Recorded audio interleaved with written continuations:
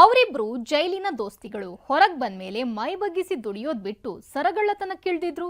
ಒಂದಲ್ಲ ಎರಡಲ್ಲ 5 ಏರಿಯಾದಲ್ಲಿ ಒಂದೇ ದಿನ ಕೈ ಚಳಕ ತೋರಿಸಿದ್ರು. ಈ ಪೈಕಿ ಒಬ್ನು ಲಾಕ್ ಆಗಿದ್ದಾನೆ.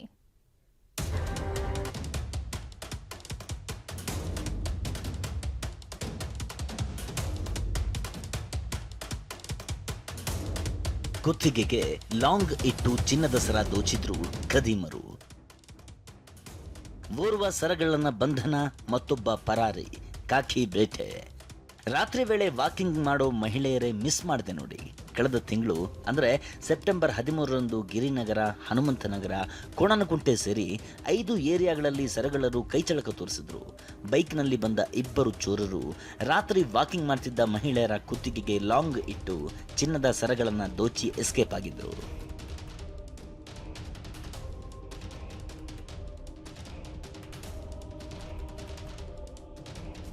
ಇಷ್ಟಕ್ಕೂ ಕೆಂಗೇರಿಯ ಪ್ರವೀಣ್, ರಾಮನಗರ ಮೂಲದ ಯೋಗಾನಂದ್, ಪರಪ್ಪನ ಅಗ್ರಹಾರ ಸೆಂಟ್ರಲ್ ಜೈಲಿನಲ್ಲಿ ದೋಸ್ತಿಗಳಾಗಿದ್ರು.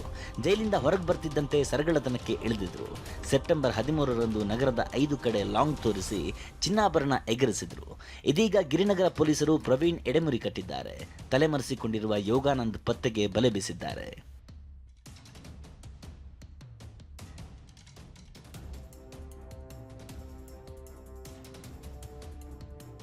ಬೆಸ್ಕಾಂ ಅಧಿಕಾರಿಯ ಮನೆಯಲ್ಲಿ 150 ಗ್ರಾಂ ಚಿನ್ನ ಚೋರಿ.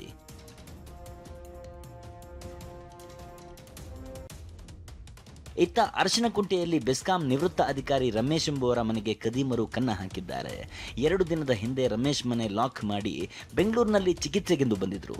ಇದೇ ಹೊತ್ತಲ್ಲಿ ಎಂಟ್ರಿ ಕೊಟ್ಟಿರುವ ಕಳ್ಳರು ಮನೆಯ ಬೇಗ ಮುರಿದು 15 ಲಕ್ಷ ಮೌಲ್ಯದ 150 ಗ್ರಾಂ ಚಿನ್ನಾಭರಣ ಕದ್ದಿದ್ದಾರೆ.